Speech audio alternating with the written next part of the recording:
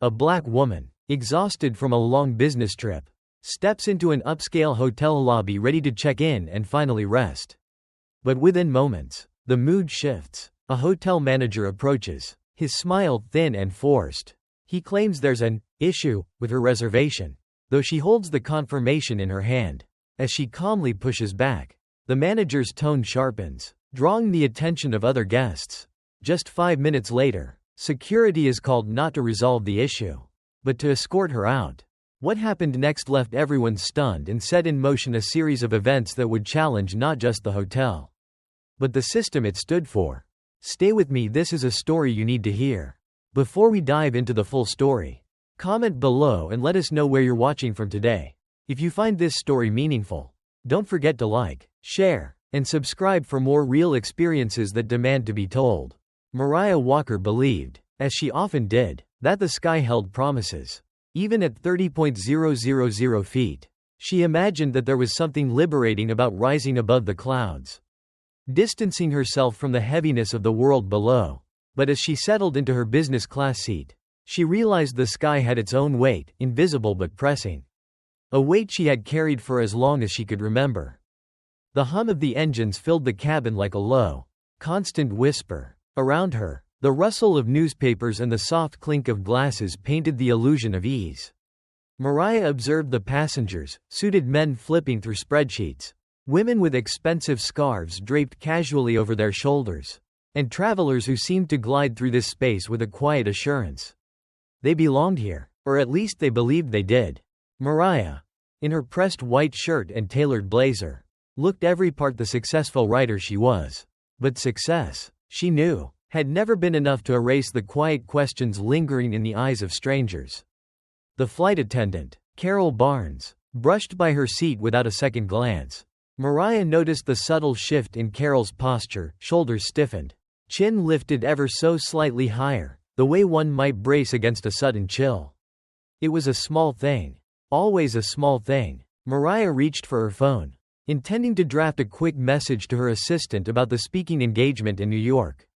The event, titled, "The Architecture of Respect," would draw hundreds of attendees. She was to speak about the invisible scaffolding that shaped identities, and how often that scaffolding was built not to support, but to confine. As she typed, the flight attendant's voice echoed from a few rows ahead. Polished, professional. There was warmth there, but it was the kind reserved for a certain kind of passenger, those who fit seamlessly into the fabric of the world Carol Barnes understood. Mariah wondered if her warmth had limits, if it thinned in the presence of someone like her. The first encounter was subtle. Mariah pressed the call button, realizing the iced tea she'd been served was sweetened rather than unsweetened. A simple mistake. Carol approached briskly, stopping beside her seat with a polite but distant smile. Yes? Mariah glanced up, keeping her voice calm. I believe I asked for unsweetened tea. This one is sweetened. Carol's smile tightened, the edges of it curling just enough to show it wasn't intended to reach her eyes. That's what you ordered, she replied, her tone cool and clipped. Mariah felt it then, that familiar undercurrent. Not hostility, but something subtler, more refined, doubt disguised as certainty. She wasn't expected to push back. I don't believe I did, Mariah answered, careful to keep her voice even. Carol's eyes narrowed, though only for a breath of a second. I'll see what I can do, she said, retrieving the glass with the slightest of sighs. It could have ended there. It should have ended there. But Mariah recognized the rhythm of these moments, the slow build. The way a single crack could spread like veins in glass. She had been here before. When Carol returned, she set the new glass down with more force than necessary, the liquid sloshing slightly onto the tray table. Mariah noted the lack of apology. But it wasn't the spill that lingered. It was Carol's parting words, barely audible, muttered under her breath as she turned away. Some people don't know how to fly. It was small, always small, but the weight of it settled into Mariah's chest like an anchor. She glanced around the cabin. No one else seemed to notice. Or if they had, they pretended not to. The man across the aisle glanced up from his newspaper, caught her eye briefly, and looked away just as quickly. Mariah sat back, letting the ice shift in her glass, watching the condensation form tiny rivulets down the sides. This was how it began, not with overt hostility, but with a series of almost invisible frictions. And in spaces like this, the upper crust of polite society, the frictions were rarely acknowledged aloud. Mariah thought of her grandmother, who had once told her, "They don't have to spit in your face to remind you who you are." Sometimes, all it takes is silence. The silence now felt heavy. But Mariah had never been one to let silence hold the last word. Mariah Walker had learned long ago that racism didn't always arrive in grand gestures. More often, it slipped quietly into the room, took a seat, and folded its hands in its lap, waiting to see if anyone would notice. She watched Carol Barnes weave down the aisle, her steps measured and deliberate, as if each one carried the weight of unspoken authority. Carol's uniform was crisp, her hair pulled back into a tight bun that seemed to mirror the stiffness in her demeanor. This was a woman who believed in order, but it was an order she had crafted to fit her world. A world where people like Mariah existed just outside the frame. Mariah shifted in her seat, folding her hands in her lap. The tension in her shoulders was familiar.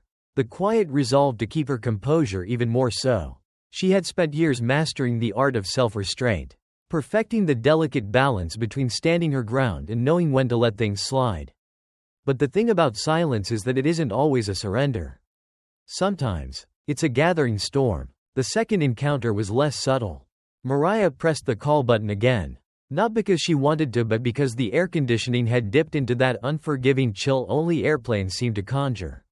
She needed a blanket, nothing more. Nothing less. Carol returned, her face now wearing a thin veil of impatience. Yes? Mariah met her gaze calmly. Could I have a blanket, please? Carol's lips twitched at the corner. A flicker of something that might have passed for amusement had it not been laced with condescension. We're out, she replied flatly. Mariah blinked, tilting her head slightly. From her seat, she could see the neatly folded stack of blankets in the galley just a few rows ahead. I saw some being handed out earlier, she said, her voice even. I didn't think they'd run out so quickly. Carol's eyes narrowed, not much, but enough for Mariah to catch it. I'm afraid those are for first-class passengers, Carol replied, the emphasis sharp, like a knife carefully drawn across the table between them. It wasn't the words themselves, but the way they hung in the air, weighted and deliberate. Mariah let the silence settle. Watching Carol, measuring her, she could feel the eyes of nearby passengers, some curious, others quietly observing, waiting to see how far this would go. Is there a policy on blankets I missed? Mariah asked, her tone polite, almost playful, though the edge beneath it was undeniable. Carol's shoulders stiffened. There it was, the slight recalibration that always came when someone like Mariah dared to suggest they knew the rules just as well as anyone else. Carol leaned in, lowering her voice to a near whisper. I don't know who you think you are, she said, her breath just grazing the edge of Mariah's seat. Mariah met her gaze without flinching. The thing about racism, the insidious kind, the kind that didn't announce itself but rather crept in under the guise of professionalism, was that it always expected to be met with submission. It fed on hesitation, on the quiet nod of compliance. But Mariah Walker had long since learned to starve it. I'm someone who paid for this seat, she replied, her voice steady, measured, and I imagine that entitles me to the same courtesy as everyone else in this cabin. Carol's jaw tightened. For a moment, neither of them moved. The cabin seemed to hold its breath. The man across the aisle finally spoke. She's right, he said, his voice breaking the silence like a stone through glass. I saw you give a blanket to someone not 10 minutes ago. I'd say that makes one available. Carol's head snapped toward him, her expression shifting from barely concealed irritation to something closer to restrained fury. I'm not here to be lectured, she snapped, her voice rising slightly. I know how to do my job. Mariah didn't look away. She could feel the weight of the moment pressing down, the way a single sentence had begun to tilt the balance of power. This was how it always began, not with outright defiance, but with the simple, unyielding refusal to disappear. The whispers started then, quiet, but persistent. Passengers exchanged glances, leaning into one another, murmuring their disapproval just loud enough for Carol to hear. Mariah saw it happen, the slow unraveling of Carol's composure, the cracks beginning to spread beneath the surface. But Carol wasn't done. Not yet. She took a half-step closer, her voice dropping again. People like you, she muttered, her words sharp enough to cut. Always think you can push your way around. Mariah's fingers tightened slightly around the armrest, but her face remained impassive. It wasn't the first time she had heard those words, and it wouldn't be the last. But the thing about people like her, they had learned to weather storms far heavier than this. Mariah Walker was no stranger to the quiet violence of contempt. It was a peculiar kind of fire, one that didn't burn with the heat of open hostility, but smoldered beneath the surface. Slow and steady, by the time you felt its heat, it had already left its mark. Carol Barnes stood in the aisle, jaw tight, fingers twitching at her sides as though fighting the urge to cross her arms. She was balancing on the thin edge of professionalism, the way people often do when they realize they're being watched but still haven't decided if they care. Mariah remained seated, her eyes never wavering from Carol's. She could feel the weight of the cabin pressing down on her. A dozen unsaid things swirling in the air like dust caught in sunlight. She had grown accustomed to this feeling, the silent judgment that so often accompanied moments like these. It wasn't about the blanket. It was never just about the blanket. The problem, Mariah knew, was the expectation that she would let it go, that she would smile politely and shrink beneath Carol's withering gaze, content to let the moment dissolve into memory. But Mariah Walker had spent too many years being told to let it go. Carol shifted her weight slightly, glancing at the passengers now watching with unabashed curiosity. The quiet authority she carried at the beginning of the flight had begun to erode, replaced by something sharper, fragile pride laced with a hint of embarrassment. "I'll check again," Carol finally muttered. Her voice clipped. She turned on her heel, disappearing toward the galley. Mariah watched her retreat. The man across the aisle leaned slightly toward Mariah, offering a quiet nod of approval. "You handled that well," he said, his voice low. Mariah gave a polite smile, but the knot in her stomach remained. Handling it well was part of the performance, wasn't it? The tightrope walk between standing firm and not standing out too much. She had been raised to know the difference. When Mariah was 12, her mother sat her down at the kitchen table after a parent-teacher meeting that had gone south. Her teacher, a middle-aged woman with a soft voice and hard eyes, had suggested that Mariah's attitude might hold her back. "I wasn't disrespectful," Mariah had insisted, confused by the comment. Her mother nodded, stirring a cup of tea with slow, deliberate movements. "I know, baby," she said, "but you forgot the rule." "What rule?" Her mother's eyes had softened, but her voice had not. "You have to be twice as polite to get half as far. And when that doesn't work, you smile, say thank you, and let it burn somewhere they can't see." Mariah learned the lesson well, but the older she grew, the more she questioned why the fire always had to stay hidden. Carol returned 5 minutes later, holding a folded blanket in one hand. She dropped it onto Mariah's tray table without a word, as if she were placing a gauntlet at her feet. "There," Carol said, her voice like stone. Mariah looked at the blanket, then up at Carol. She wanted to thank her, if only to ease the tension curling around the cabin like smoke. But something about Carol's expression stopped her. The apology that lingered behind Carol's eyes, buried so deep that it might never surface, was not meant for her. It was for the passengers who were still watching. Mariah didn't thank her. Instead, she unfolded the blanket and draped it across her lap with quiet precision. Carol lingered a moment too long, as if waiting for Mariah to acknowledge the effort. When she received nothing but silence, she turned and strode away. Mariah could feel the eyes of the other passengers drifting away now that the curtain had closed on this brief, uncomfortable play. It was over, but the weight of it remained. She wondered how long it would take Carol to stop seeing her as an intruder, if she ever would. Mariah's grandmother once told her that the greatest insult wasn't the slur hurled in the open. It was the silent assumption that you didn't belong. And in Carol's eyes, Mariah had been out of place from the moment she sat down. The plane continued its ascent, cutting through clouds that seemed to press against the windows like curious onlookers. Mariah returned to her notebook, though the words she tried to write felt heavier now. She glanced at the blanket in her lap, wondering why something so simple could feel so much like a trophy, one that no one had wanted her to win. Mariah Walker understood that power did not always arrive wearing a uniform. Sometimes, it slipped into the room through gestures so small they seemed harmless until you stepped back and saw the shape they cast. Carol Barnes had retreated to the galley, but her presence lingered like the last note of a song no one wanted to hear. Mariah could feel it in the way the other flight attendants glanced at her seat. How their smiles seemed tighter, more careful now. She recognized the calculation behind those glances, the silent measuring of whether she was worth the trouble of acknowledging. The blanket lay across her lap, heavier than it had any right to be. It was not the fabric that held the weight, but the exchange that had preceded it. Mariah had not raised her voice. She had not made a scene. And yet, there it was, the slow shift of air that told her the room had grown smaller around her. She had seen it before. In boardrooms and bookstores, at charity galas and art exhibits. A subtle withdrawal, as if proximity to her discomfort might somehow leave a stain. A flight attendant passed by with the drink cart, her eyes skimming over Mariah as if she were part of the upholstery. The man across the aisle, who had spoken up earlier, caught Mariah's eye briefly but said nothing. It was an old dance, rehearsed long before either of them had stepped onto this plane. The third encounter did not announce itself. It arrived like all the others, small, polite, and wrapped in the soft packaging of procedure.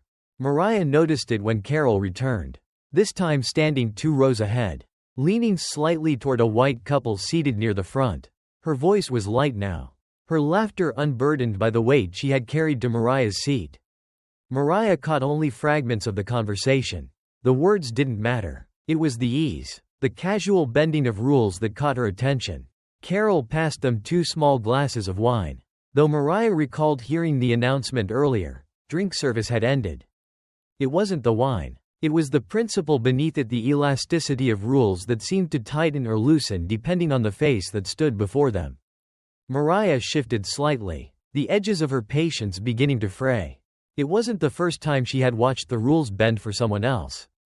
It was the first time she decided she wouldn't let it pass unnoticed.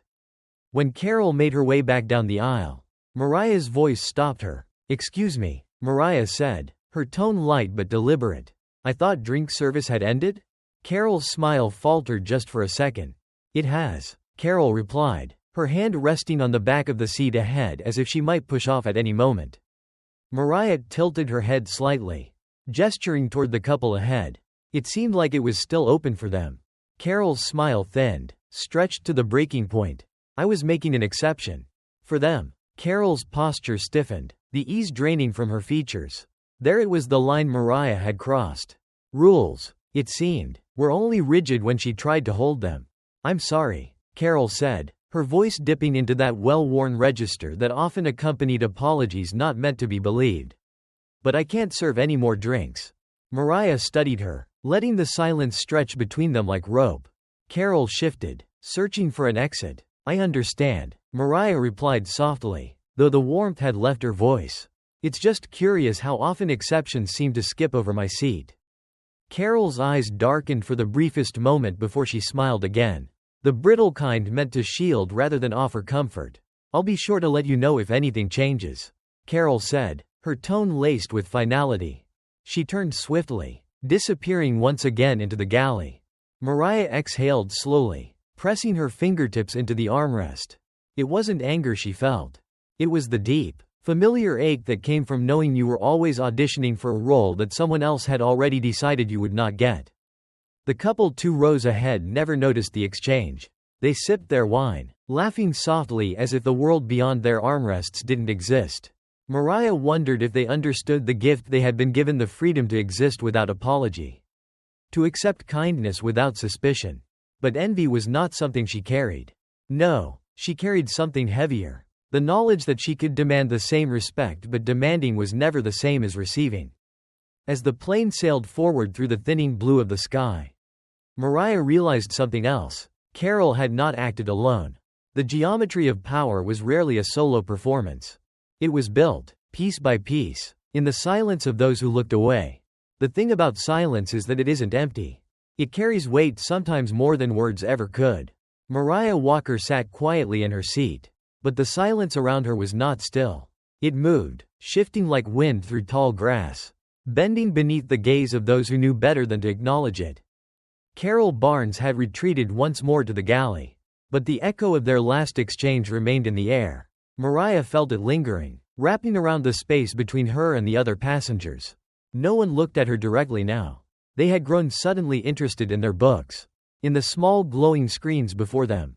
In the shape of their folded hands resting carefully in their laps. The couple 2 rows ahead continued to sip their wine. Mariah found herself wondering whether they knew or whether ignorance was simply easier. The plane cut through the sky like a blade. Smooth and unbothered. Mariah envied the plane. It didn't have to explain its presence in the sky. A soft chime overhead signaled the captain's voice crackling to life through the intercom. Offering updates about altitude, weather patterns, and the estimated arrival time in New York. Mariah barely heard him. Her eyes followed Carol when she emerged from the galley once more. This time moving with the exaggerated lightness of someone determined to appear unbothered. Her smile had returned, but it seemed carved from something colder now. Mariah recognized that smile. It was the smile of someone who had decided that if they could not quiet you, they would erase you. The 4th encounter was not a conversation. It was a performance. Carol did not stop by Mariah's seat. She walked past without acknowledgement, leaning down to check on other passengers, offering warm glances, asking about their comfort. She laughed with the couple across the aisle, her voice curling softly like smoke beneath the overhead lights.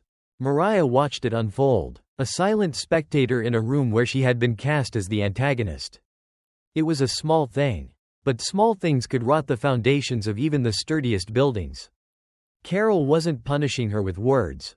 She was punishing her with absence. Mariah shifted slightly, crossing her legs, allowing her eyes to drift back to the notebook in her lap. She ran her fingers lightly over the edges of the page, though her pen did not move. This was a different kind of fight, the kind that didn't ask for loud confrontation but required something quieter. Mariah knew better than to chase after acknowledgement. She let Carol disappear into the cabin. The woman across the aisle, a soft-spoken figure wrapped in a beige cardigan, glanced briefly at Mariah. Their eyes met for less than a second before the woman quickly looked away. Mariah felt the apology that lingered in that glance. But apologies given through the eyes rarely held any weight. The next test came swiftly.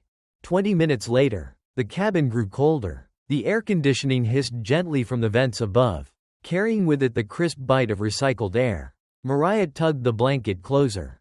But the thin fabric did little to keep the chill at bay. She considered pressing the call button. But no, she already knew how that would play out.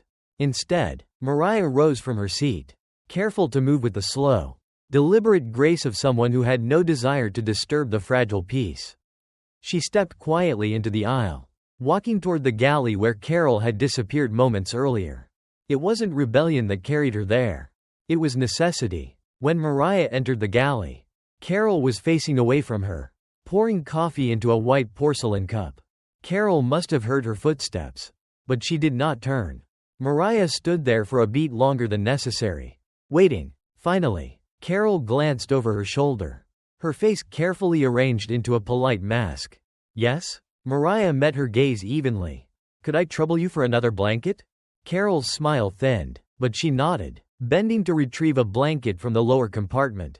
She handed it to Mariah without another word. Mariah could feel Carol's gaze on her back as she returned to her seat. The tension had stretched so thin it felt like it might snap at any moment.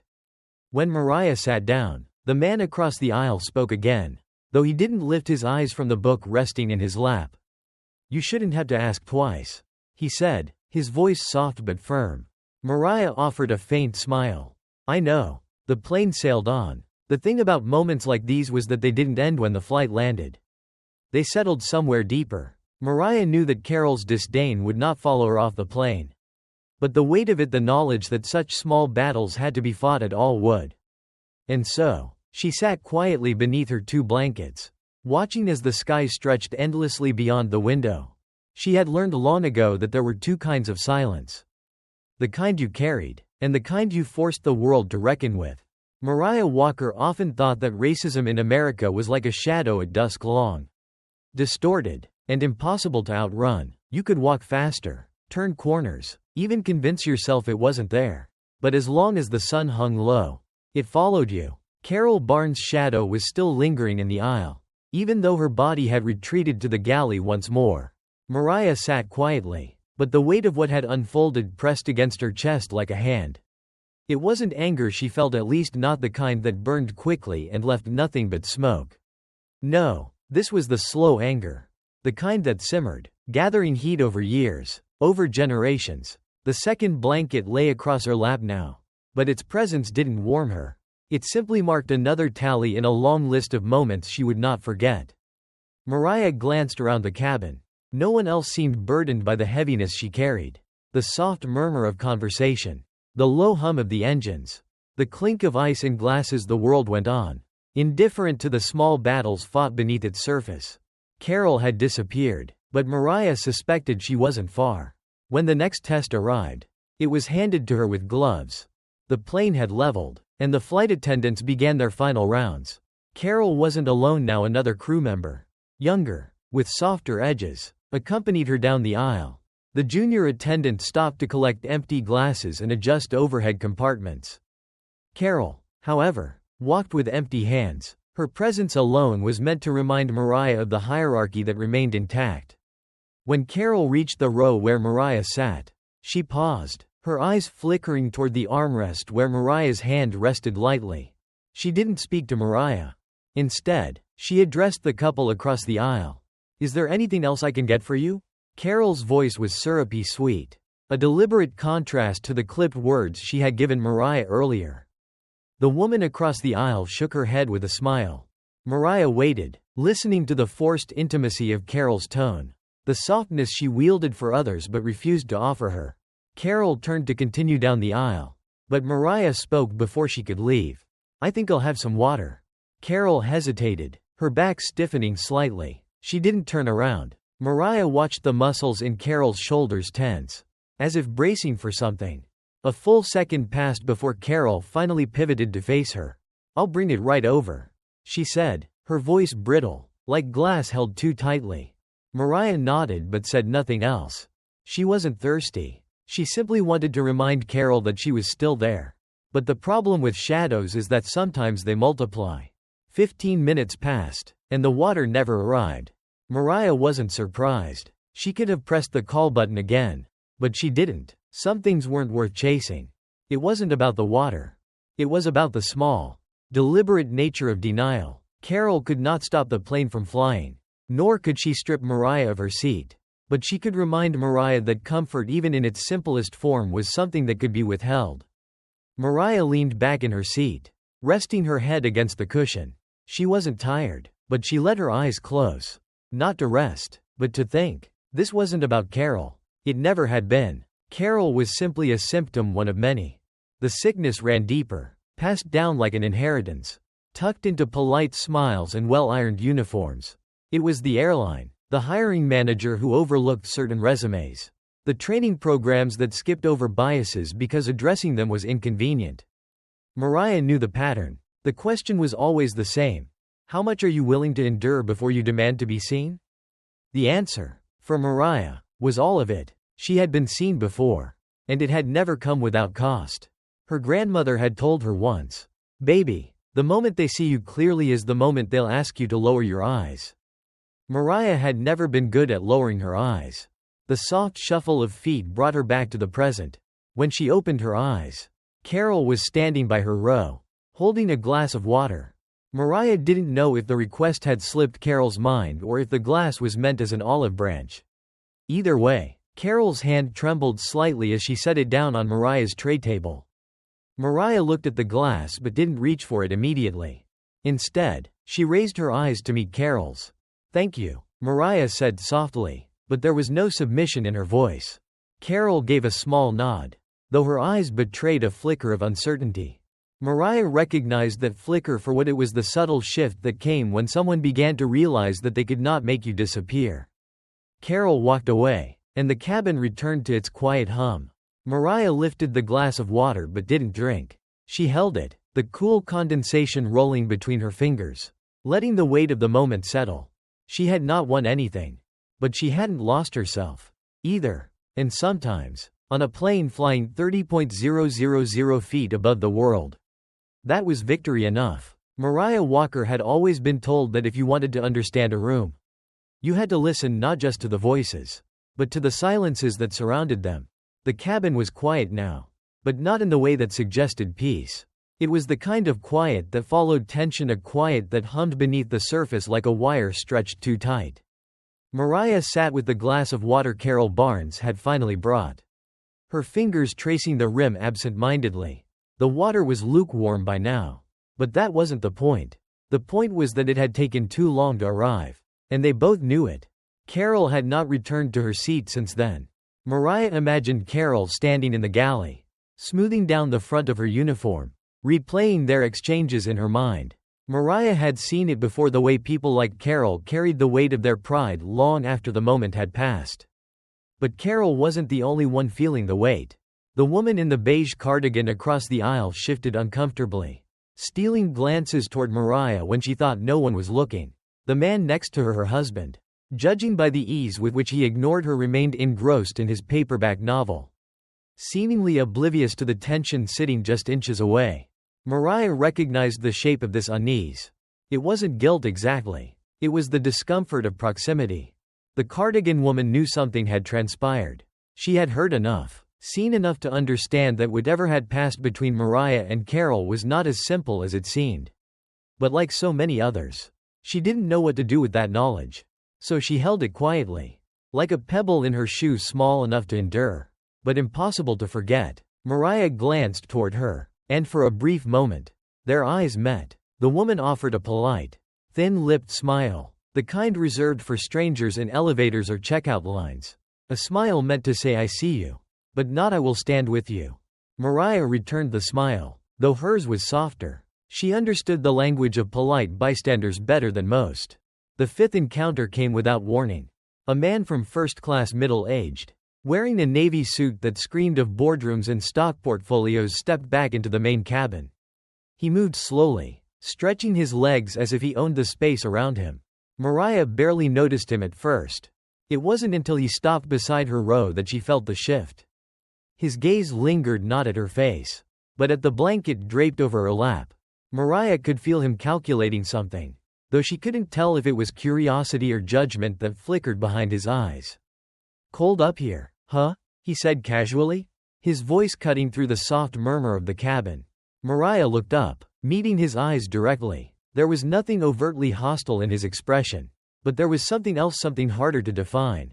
"It can be," Mariah replied, her tone polite but distant.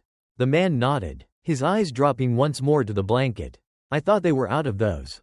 Mariah held his gaze a beat longer than necessary. "They were," she said evenly, "but I guess they found one." The man let out a soft chuckle, though there was no humor in it. "Lucky you," he muttered, before moving back toward first class. Mariah watched him go, her grip tightening slightly on the glass of water. It wasn't the words that stayed with her, it was the way he had looked at the blanket. As if its presence on her lap was somehow out of place. As if he had expected the rules to hold firm for her, even if they bent for everyone else. Mariah knew that look well. She had seen it in the eyes of teachers when she raised her hand too confidently, in the faces of colleagues when promotions were handed out, in the glances from shopkeepers who watched her walk too slowly down their aisles. It was the look of someone who believed that fairness was a fragile thing and that people like Mariah were always just one step away from breaking it. She let out a slow breath, forcing herself to relax. This was not new, but understanding the shape of a thing didn't make it easier to carry. A few minutes later, the woman in the cardigan leaned over, her voice hushed but urgent. "I'm sorry about him," she said quickly, glancing toward the front of the cabin as if to make sure the man hadn't heard. "Some people just—" Mariah raised a hand gently, cutting her off with a soft shake of her head. "It's all right," Mariah said. "You don't have to apologize for him." The woman hesitated, fiddling nervously with the strap of her purse. I know how it can be," she added, her voice trailing off. Mariah's smile returned, though it carried the weight of someone who had heard these words too many times before. "I know you do," she replied softly, and in that moment, Mariah realized the truth that had been sitting quietly between them since the plane left the ground. The cardigan woman wasn't apologizing for the man in first class. She was apologizing for her own silence. Mariah didn't hold it against her, but she did wonder how long it would take for the weight of that silence to grow too heavy to bear. Outside the window, the sun was beginning to set. casting long shadows across the clouds. And as the sky darkened, Mariah understood something else. Carol Barnes might have disappeared into the galley, and the man in first class might have returned to his seat. But the moment they had all shared would linger long after the plane landed. Because the thing about unspoken words, the things people chose not to say, was that they never truly vanished. They stayed behind, tucked into the corners of rooms, resting in the spaces between people, waiting to be acknowledged. Mariah leaned back in her seat, closing her eyes as the hum of the engines filled the silence once more. And though she said nothing, she knew that the sound of unspoken things would follow her long after the flight had ended. By the time the plane began its descent, the sun had slipped below the horizon, leaving the sky in that tender place between light and dark. Mariah Walker watched the shifting clouds outside her window. But her thoughts were not with the sky. They lingered in the narrow aisles of the cabin, in the weight of glances that had passed over her like shadows, too fleeting to catch but heavy enough to leave marks. She had not spoken to Carol Barnes again. The silence between them had settled into something permanent, a wall carefully constructed out of politeness, indifference, and the unspoken acknowledgement that neither of them had surrendered ground. Mariah understood that not every battle was fought with fists or fury. Some were waged in stillness, in the simple refusal to disappear. But that refusal carried its own weight. The final test arrived just as the wheels touched down. Passengers began shifting in their seats, tugging on coats, gathering their bags from the overhead compartments.